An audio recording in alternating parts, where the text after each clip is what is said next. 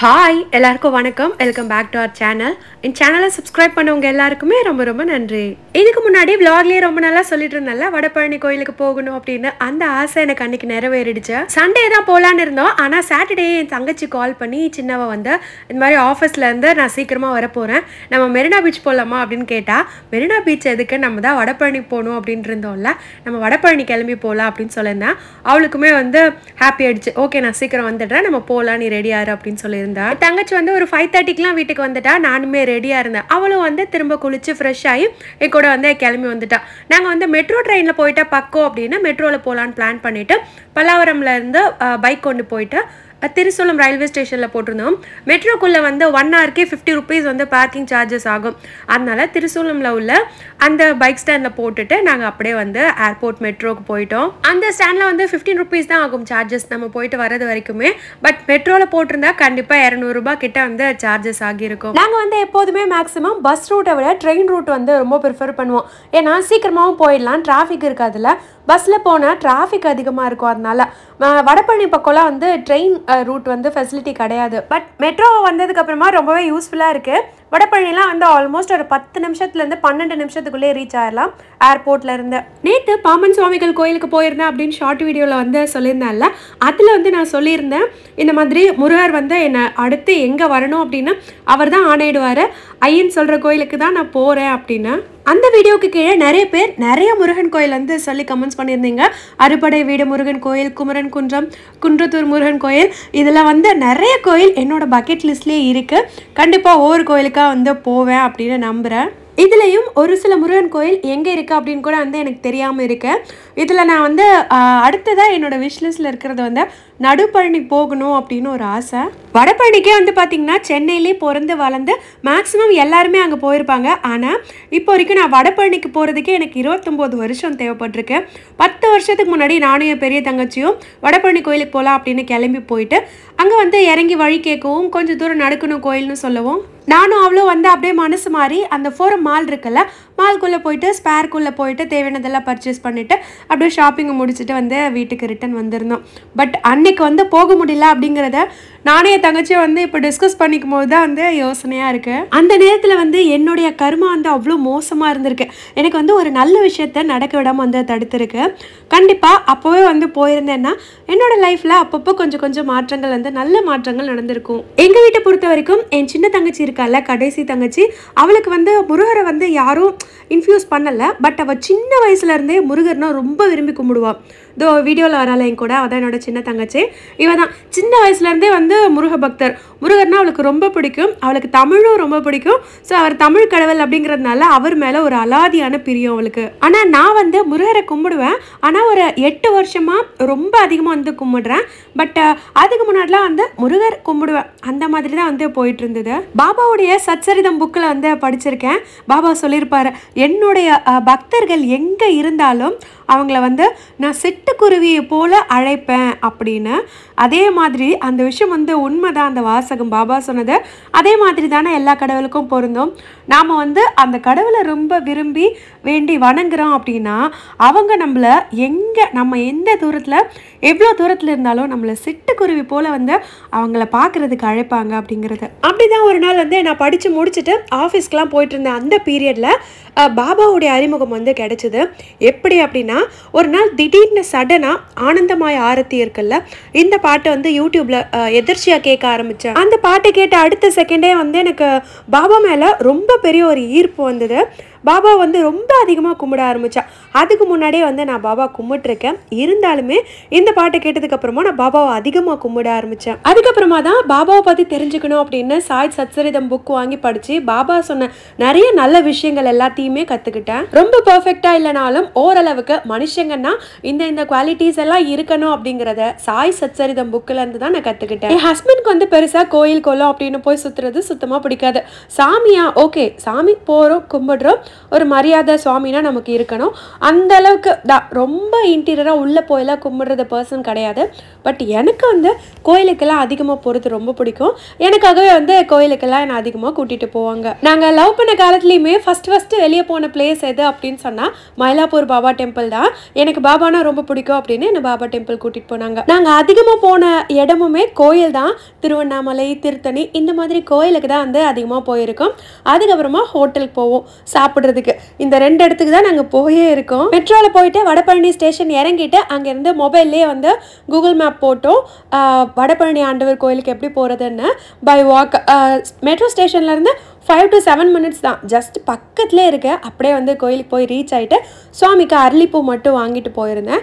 போயிட்டு சுவாமிக்குமே பூ கொடுத்துட்டு முருகப்பெருமானுக்கு அன்னைக்கு சந்தனக்காப்பு அலங்காரம் பண்ணியிருந்தாங்க.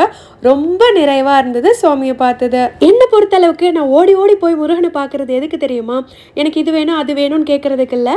எனக்கு இப்படியெல்லாம் கஷ்டம் இருக்குது முருகா, எனக்கு அதை ஃபேஸ் பண்ணுற தைரியத்தை கொடு, எனக்கு அதுக்கான வலிமையை கொடு அப்படின்னு மட்டும்தான் நான் போய் இது வரைக்கும் முருகரை கேட்டிருக்கேன். எனக்கு இது நடக்கணும் அது நடக்கணும்னு நான் வந்து கேட்டதில்லை. நமக்கு ஏதாவது ஒரு தேவை இருக்கு, ஒரு கஷ்டம் அப்படின்னா நீங்கள் போய் மனுஷங்கள்கிட்ட சொல்லி பாருங்களேன்.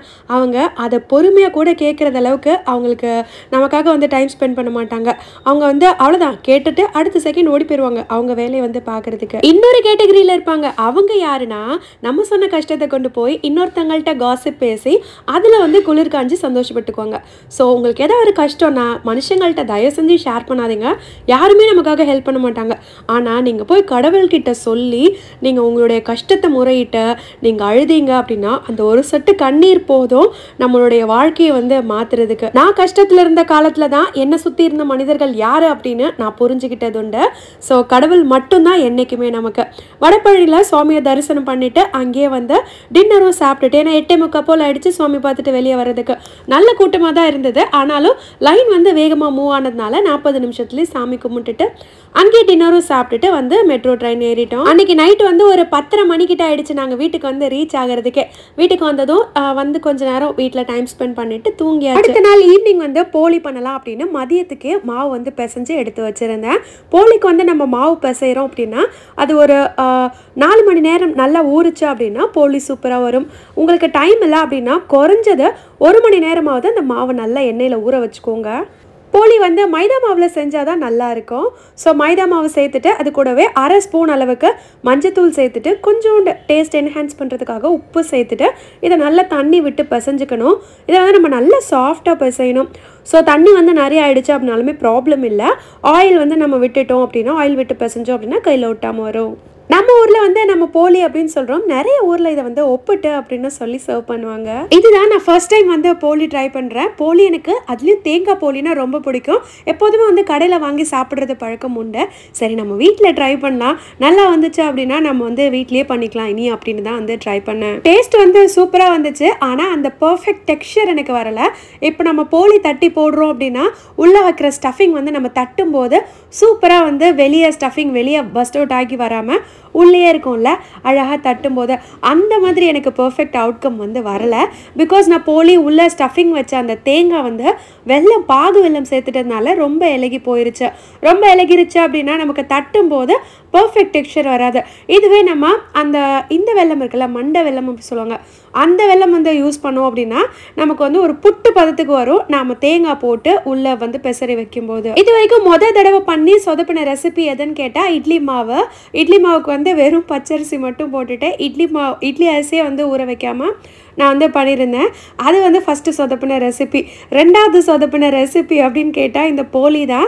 அந்தளவுக்கு எனக்கு பர்ஃபெக்ட் டெக்ஸ்சர் வரல. ஆனால் டேஸ்ட் வந்து நல்லாவே இருந்தது. மாவை தண்ணி ஊற்றி நல்லா பிசைஞ்சாச்சு. அடுத்ததாக கடைசியாக வந்து ஒரு 4 கரண்டி அளவுக்கு எண்ணெய் ஊற்றி எண்ணெயில் திரும்ப நல்லா பிசையணும். பிசையும் போது அந்த எண்ணெய் வந்து மாவுக்குள்ளே ஊறி போலி வந்து கொஞ்சம் சாஃப்டாக கிடைக்கும். அண்ட் நான் தடவை ட்ரை பண்ணி ரொம்ப சூப்பராக வந்த ரெசிபி எது அப்படின்னு கேட்டால் பன்னீர் பட்டர் மசாலா தான். இப்போ வரைக்கும் அதே ஸ்டைலில் தான் செய்வேன். சூப்பராகவே வரும். எனக்கு வந்து வீட்டில் செய்கிற வேலையிலேயே ரொம்ப ரொம்ப பிடிச்ச வேலை சமையல் வேலை தான். சமைக்கிறது வந்து ஒரு சிலர் ரொம்ப லேசியாக ஃபீல் பண்ணுவாங்க. ஆனால் எனக்கு வந்து சமைக்கிறது தான் அவ்வளோ பிடிக்கும். புது புது ரெசிபிஸ் எல்லாமே வந்து ட்ரை பண்ணி பார்ப்பேன். வீட்டு வேலைனாலே எனக்குமே நிறைய வேலை பிடிக்காதான். மெயினாக இந்த வாஷிங் மிஷினில் துணி போடுறதுல ஒரு சோம்பேறித்தனம் இருக்கே. போட்டுட்டு அது காஞ்சதுக்கப்புறமா அதை எடுத்துகிட்டு போய் காய வைக்கிறதுக்குள்ளே வீட்டுக்குள்ளே இருக்கிற வேலையை பண்ணிவிட்டு அதுக்கப்புறமா இதை எடுத்துகிட்டு போய் காய போடலாமா வேண்டாமா அப்படின்னு டபுள் மைண்டில் கொண்டு போய் அதை காய போட்டுட்டு திரும்ப அதை கொண்டு வந்து மடித்து வைக்கிறதுல ஒரு சோம்பேறித்தனம். இந்த வேலை எனக்கு கொஞ்சம் சோம்பேறித்தனமாக இருக்கும் பண்ணுறதுக்கு. இது போக வீட்டை வந்து க்ளீனாக ஆர்கனைஸ்டாக வச்சுக்கிறது வந்து ரொம்ப பிடிக்கும். பட் எனக்கு வந்து டஸ்ட் அலர்ஜி இருக்கிறதுனால பண்ணி முடிச்சிருவேன் ஒரு ஆர்வ கோளாறுல. செஞ்சதுக்கப்புறமா கோல்ட் ஆயிருமா, அதுக்கு ஒரு வாரம் போல் திரும்ப வந்து உடம்பு கஷ்டப்பட்டு சரி பண்ணணும். இந்த ஆர்டிஃபிஷியல் பிளான்ட்ஸு அதுக்கப்புறமா இண்டோர் பிளான்ட்லாம் வைப்போம்ல, அந்த மாதிரி வைக்கிறது, லைட் ஸ்டாண்ட்ஸ் வச்சு வீட்டை வந்து நல்லா டெக்கோர் பண்ணி வைக்கிறது எனக்கு ரொம்ப பிடிக்கும். ஆனால் அது வைக்கிறது பெருசு இல்லை, அதை மெயின்டைன் பண்ணணும்ல, அதில் வேற ஒட்டடப்பாடி ஆரம்பிக்கும். நம்ம ஒரு வீக்லி ஒன்ஸ் க்ளீன் பண்ணுறோன்னே கூட வச்சுக்கோங்களேன். வீக்லி ஒன்ஸ் க்ளீன் பண்ணாலுமே அதை தட்டும்போது நல்லா வந்து தூசு பறக்கும். அது வந்து இன்ஹேல் பண்ணிட்டேன்னு தெரியாமல் அப்படின்னா அது வந்து ரொம்ப கோல்ட் ஆயிரும். இந்த மாதிரி ஒரு பெரிய ட்ராபேக்னாலேயே நான் வந்து வீட்டை வந்து டெக்கர் பண்ணாமல் இருக்கிறத வச்சு அப்படியே மெயின்டைன் பண்ணிட்டு வந்துட்டுருக்கேன். அம்மா வீட்டில் இருக்கிறத லீவ் ஒரு பக்கம் என்ஜாய் பண்ணிகிட்ருக்கேன். இது போக மைண்டு ஃபுல்லாக அங்கே வீட்டில் பூஜை ரூம் என்ன ஆச்சோ, பூஜை ரூமில் வந்து எல்லாம் போயிட்டு க்ளீன் பண்ணணுமே, அது ஒரு பக்கம் என்ன ஓடிட்டுருக்கு. இன்னும் ஃப்ரிட்ஜு க்ளீன் பண்ணுற வேலை ஒரு பக்கம் பெண்டிங் இருக்குது. ஃப்ரிட்ஜில் வேறு கொஞ்ச நாள் விட்டுட்டு வந்துட்டேன்ல, உள்ளே அந்த எக்ஸஸாக இருந்த வெஜிடபிள் எல்லாமே வந்து போயிருக்கும்.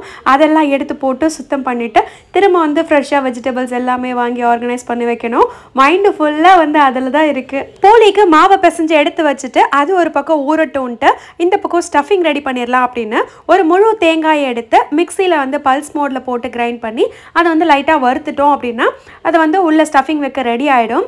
இதை நம்ம வறுக்காமல் டைரெக்டாக கூட செய்யலாம் தேங்காய் திருவல் வச்சு. பட் அது வந்து அன்னைக்கு காலி பண்ணுற மாதிரி இருக்கணும்.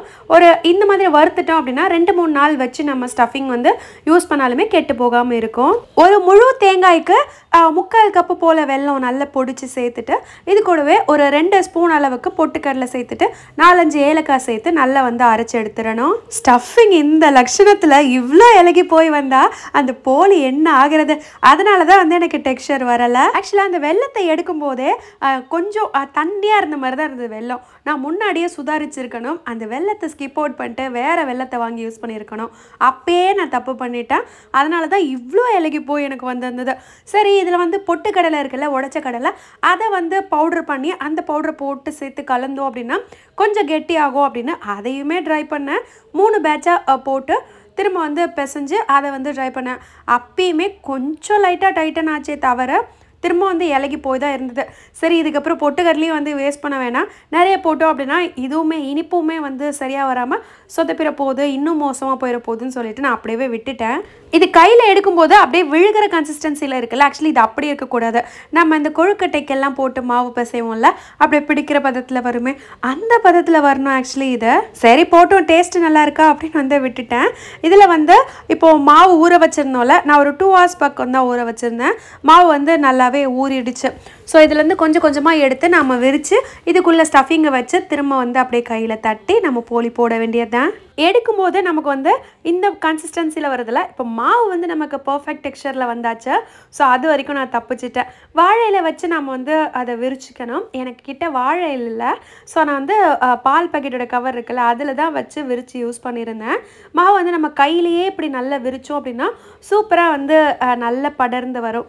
இதுக்கு நடுவில் இந்த ஸ்டஃபிங்கை வச்சுட்டு சுற்றி எல்லாத்தையும் போட்டு நல்லா மூடி பார்சல் பண்ணி நம்ம கவுத்து போட்டு நல்லா தட்டணும் அப்படின்னா அதாவது போலிக்கு வந்து மாவு சூப்பராக நல்லா திரட்டின மாதிரி எடுத்துடலாம். இதை அப்படியே கொண்டு போய் தவாவில் போட்டு நெய்யை விட்டு 2 பக்கம் புரட்டி போட்டு எடுத்தோம் அப்படின்னா, நல்லா வேக வச்சு எடுத்தோம் அப்படின்னா போலி வந்து சூப்பராக ரெடி ஆகிடும். நான் சேர்த்துருந்த அளவுகள் எல்லாமே கரெக்டு தான், ஆனால் போலியுடைய டேஸ்ட்டுமே சூப்பராக வந்தது. நான் சேர்த்துருந்த வெல்லம் மட்டும்தான் தப்பாக சூஸ் பண்ணியிருந்தேன். பாகு வெல்லம் இருக்குது அப்படின்னா கண்டிப்பாக அந்த பாகு வெல்லத்தை யூஸ் பண்ணிடாதீங்க. அப்புறம் நான் இயர் அண்ட் லீவுக்காக தான் வந்து அம்மா வீட்டுக்கு வந்திருக்கேன். நம்ம எல்லாருமே வந்து லீவ் விட்டால் ஃபஸ்ட்டு எங்கே போவோம்? அம்மா வீட்டுக்கு தான் போவோம். அதே மாதிரி தான் வந்து நானும் வந்திருக்கேன். ஒருத்தங்க கமெண்ட்டில் வந்து அண்ணாக்கும் உங்களுக்கும் சண்டையா, அதனால தான் வந்து அம்மா வீட்டுக்கு வந்திருக்கீங்களான்னு கேட்டிருந்தாங்க. சரி, ஒருத்தர் தானே கேட்டாங்க அப்படின்னு நான் வந்து பெருசாக அதை எடுத்துக்கல, விட்டுட்டேன். இன்னொரு சிஸ்டரும் வந்து கேட்டிருந்தாங்க, நீங்கள் வந்து அம்மா வீட்லேயே தான் இருக்கீங்களா அப்படின்னு. என்னோட பழைய விளாக்ஸ் எல்லாம் வந்து பார்த்தீங்கன்னா தெரியும், மேபி அவங்க புதுசு போல். பொதுவாகவே மே மாதம் வந்து பார்த்திங்கன்னா எல்லாருமே வந்து அம்மா வீட்டுக்கு தான் போவோம். பிகாஸ் அது வந்து குழந்தைங்களுக்கு ஆனுவல் லீவ் அப்படிங்கிறதுனால. அதனால் மட்டும்தான் வந்து அம்மா வீட்டில் இருக்கேன். பாப்பாக்குமே வந்து ஜூன் 10 ஸ்கூல் ரீஓப்பன். அவ்வளோதான், இதோட வந்து கிளம்பிடுவேன். இதுக்கப்புறமா குவார்டர்லி எக்ஸாம், அதாவது அந்த பீரியடில் ஒரு 10 days லீவ் வரும்ல, அப்போ தான் வந்து அப்போவுமே நான் வர முடியாது. பாப்பாவை தான் வந்து லீவுக்கு அனுப்பி வைப்பேன். உண்மையை சொல்லணும் அப்படின்னா நமக்குமே இதை விட்டால் போகிறதுக்கு வேறு இடம் எங்கே இருக்குது சொல்லுங்கள்? நம்ம எல்லாருக்குமே அப்படி தானே. அதுவுமே ஒரு ஸ்டேஜ் வரைக்கும் தான். பிள்ளைங்க வளர்ந்துட்டா அங்கேயுமே வந்து போக முடியாது. ஏன்னா இன்னுமே நமக்கு ரெஸ்பான்சிபிலிட்டிஸ், நேர்மை, எருமை, கருமை எல்லாமே வந்து அதிகமாகிடும். லீவ் விட்டு சாய்க்குட்டியுமே ஆல்மோஸ்ட் இங்கே வந்து 1 month போல் ஆகிடுச்சு. அதனால அத்தையும் தம்பியும் அவளை பார்த்துட்டு போகலாம் அப்படின்னு வந்திருந்தாங்க. போலியோட டெக்ஸ்சர் பார்க்குறதுக்கு வந்து அவ்வளோ அப்பீலிங்காக இல்லைனாலுமே டேஸ்ட் வந்து சூப்பராக தான் இருந்தது. அது போலி மாதிரி இருந்தது. ஸோ வீட்டில் எல்லாருமே மழைக்கு சூடாக போலி செஞ்சு சூப்பராக சாப்பிட்டு என்ஜாய் பண்ணோம். வீடியோ பிடிச்சிருந்தா லைக் பண்ணிக்கோங்க. நீங்கள் நம்ம சேனலை புதுசாக பார்க்குறீங்க அப்படின்னா ப்ளீஸ் சப்ஸ்கிரைப் பண்ணிக்கோங்க. சப்ஸ்கிரைப் பண்ணாமல் வீடியோ பார்க்குறவங்களும் ப்ளீஸ் சப்ஸ்கிரைப் பண்ணிக்கோங்க. இன்னும் ஒரு இன்ட்ரெஸ்டிங்கான வீடியோவில் பார்க்கலாம். அது வரைக்கும் பாய்.